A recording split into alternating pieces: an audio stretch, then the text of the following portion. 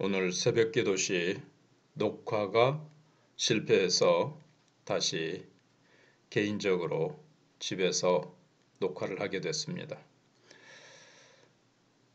본문은 아모스서 3장 13절로 15절입니다. 제목은 베델의 단을 꺾으시다 입니다. 그럼 먼저 본문을 봉독해 드리겠습니다. 주 여호와 만군의 하나님의 말씀이니라. 너희는 듣고 야곱의 족속에게 증언하라. 내가 이스라엘의 모든 죄를 보응하는 날에 베델의 제단들을 벌하여 그 제단의 뿔들을 꺾어 땅에 떨어뜨리고 겨울궁과 여름궁을 치리니 상하궁들이 파괴되며 큰 궁들이 무너지리라. 여호와의 말씀이니라. 이제 하나님께서 진짜 말씀하시고자 했던 결론이 나옵니다. 그것은 그들의 신앙 문제입니다. 하나님께서는 이 윤리적인 문제로부터 이 아모스서 3장에서 사마리아의 죄악을 지적하고 접근하기 시작하셨습니다. 그러나 결국 신앙적인 문제로 나아가고 있는 것을 우리가 봅니다. 13절 14절에 주 여호와 만군의 하나님의 말씀이니라. 너희는 듣고 야곱의 족속에게 증언하라. 내가 이스라엘의 모든 죄를 보응하는 날에 베델의 제단들을 벌하여 그 제단의 뿔들을 꺾어 땅에 떨어뜨리고 그랬습니다. 이스라엘의 신앙은 원래 십계명이 새겨진 두 돌비의 신앙, 즉 하나님 앞에 죄 용서받고 말씀을 붙들고 말씀대로 거룩하게 사는 신앙입니다.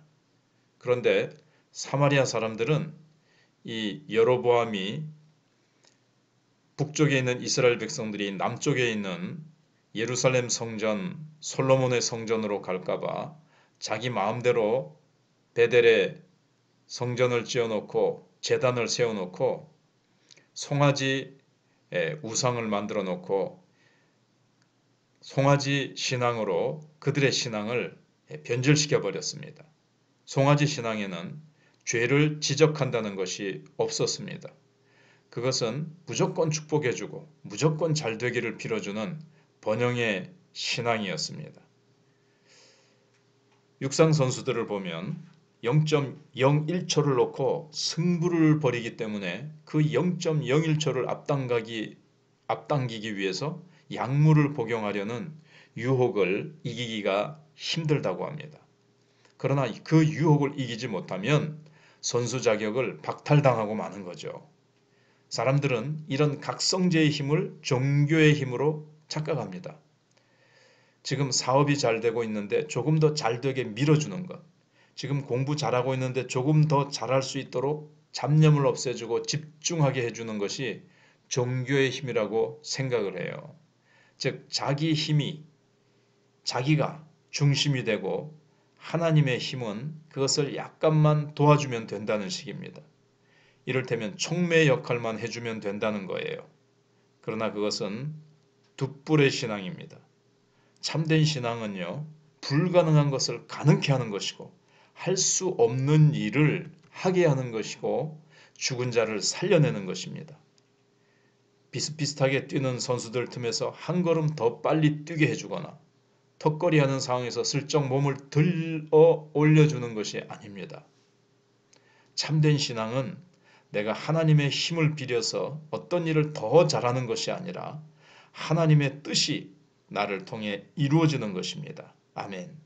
그렇기 때문에 어떤 경우에는 내가 원하는 바와 전혀 다르게 일이 이루어질 수도 있습니다. 둣불의 신앙, 금송아지 신앙이죠.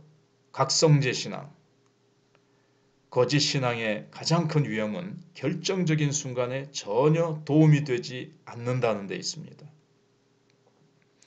이스라엘이 망할 때 베델의 신은 아무 도움도 되지 못했습니다. 심지어 엘리 제사장 시대 때 사무엘상을 보시면 법궤를 들고 나갔지만 그것도 소용이 없었습니다. 그들은 부적신앙과 같고 잘못된 기복신앙 이런 것들을 가지고 있었던 겁니다. 제단의 뿔은 그래서 꺾여버리고 금송아지는 앗수르에게 다 빼앗기고 그들은 끌려가는 그 아픔을 겪고 맙니다. 하나님께서 징계의 손을 들기 시작하시면 송아지 신앙은 파괴되고 꺾일 수밖에 없습니다. 그 다음에 15절에 보시면 겨울궁과 여름궁을 치리니 상하궁들이 파괴되며 큰 궁들이 무너지리라. 여호와의 말씀이니라. 그리고 사마리아 사람들이 약하고 가난한 자들의 것을 착취하고 학대하여 빼앗아서 누리던 호화스러운 건축물들을 하나님께서는 다 무너뜨리시고 찢어버리십니다. 그러나 정직한 신앙은 오히려 결정적인 순간에 역사하기 시작합니다. 제단의 뿔이 꺾이기는커녕 더 큰 위력을 발휘하기 시작합니다. 사업이 잘 되고 살기가 편할 때 하나님을 잘 믿다가 상황이 안 좋아지면 하나님은 없다. 하나님은 나를 사랑하시지 않으셔. 이렇게 말하는 사람들이 있습니다. 평소에 좋으신 하나님만 배웠기 때문에 상황이 조금만 나빠지면 신앙이 근본적으로 흔들리는 겁니다. 그러나 하나님께서는 편안할 때보다 어려울 때 더 큰 은혜를 주십니다. 성도들이 고난 가운데 있을 때, 인생 밑바닥에 있을 때 오히려 성령으로 세례를 주셔서 하늘의 영광을 체험하게 하십니다. 야곱이 도망자의 신세에 있을 때 하나님께서 나타나셔서 그에게 격려하시고 힘을 주시고 내가 너를 인도하고 내가 너를 책임져 주겠다고 그런 은혜의 하나님께서 정말 나타내 주셨지 않습니까? 요셉이 종으로 팔려갔을 때 하나님께서 동행해 주셔서 그곳에서도 놀라운 하나님의 역사를 보여주시고 체험케 하셨습니다. 베델의 신앙은 그러니까 이 사마리아 사람들의 이 잘못된 이 베델 제단, 자기네들이 만들어 놓은 베델 제단과 거기에 만들어 놓은 이 뿔, 이거는 응답이 없는 신앙입니다. 갈멜산 꼭대기에서 바알 선지자 450명이 몸부림치며 소리를 질렀지만 아무 응답이 없었던 것과 같은 거죠. 여러분, 금고를 여는데 아무 번호나 돌린다고 해서 금고가 열리는 것이 아닙니다. 번영의 신앙은요, 제멋대로 아무 번호나 돌리는 것과 같습니다. 뭐 삼신 할매에게 빌든 뭐 선앙당에 가서 빌든 어디에 가서 빌든 뭐 종교는 다 똑같은데 단지 막 비나이다 열심히 빌면 지성이면 감천이라고 그냥 종교 그 대상이 중요한 것이 아니고 자기가 얼마나 정성껏 이렇게 드리느냐 거기에 이제 달려 있다는 거예요. 그게 이제 잘못된 미신인 거죠. 그 신앙으로는 하늘문을 열 수가 없습니다. 아무 신이나 부른다고 도와줍니까? 이스라엘의 신앙은 자기 만족을 위한 신앙이었습니다. 이 사마리아 사람들의 신앙이죠. 북이스라엘. 그들은 각성제를 복용하듯이 한풀이 하듯이 신앙생활을 했습니다. 그 결과가 뭡니까? 위급할 때 전혀 도움을 받지 못한 겁니다.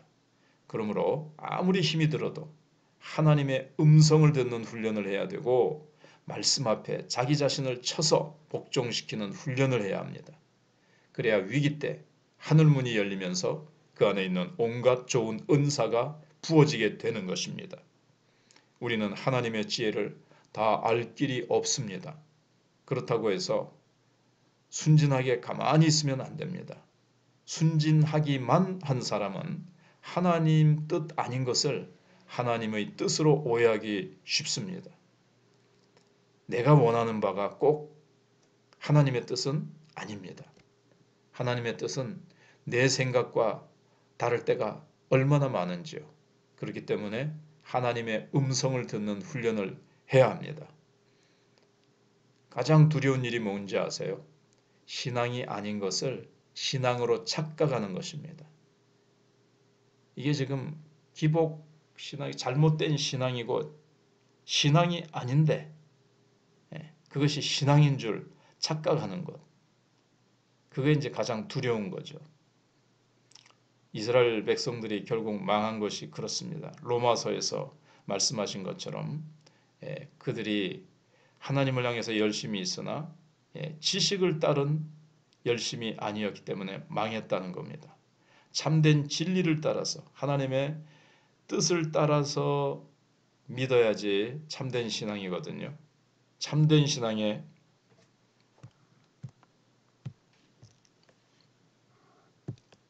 표지는 겸손과 진실입니다. 그래서 사람을 두려워하지 않고 하나님을 두려워하는 것, 참된 신앙을 가지면 그렇게 돼요. 이런 신앙만 있으면 어떤 시험이 오더라도 두려워할 필요가 없습니다. 어떤 시련이 온다 할지라도 하나님께서 도우셔서 놀라운 역사가 나타나게 되는 겁니다.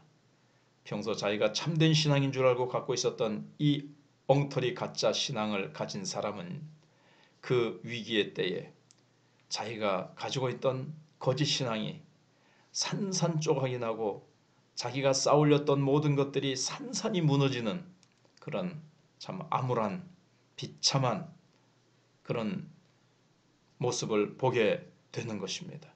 우리는 참된 신앙을 가지고 하나님의 음성을 듣고 하나님의 뜻을 늘 깨닫고 하나님의 뜻을 따라 순종하며 복을 받고 승리하는 아름다운 성도, 힘있는 성도, 참된 신앙으로 승리하는 성도들이 되시기를 바랍니다. 아멘.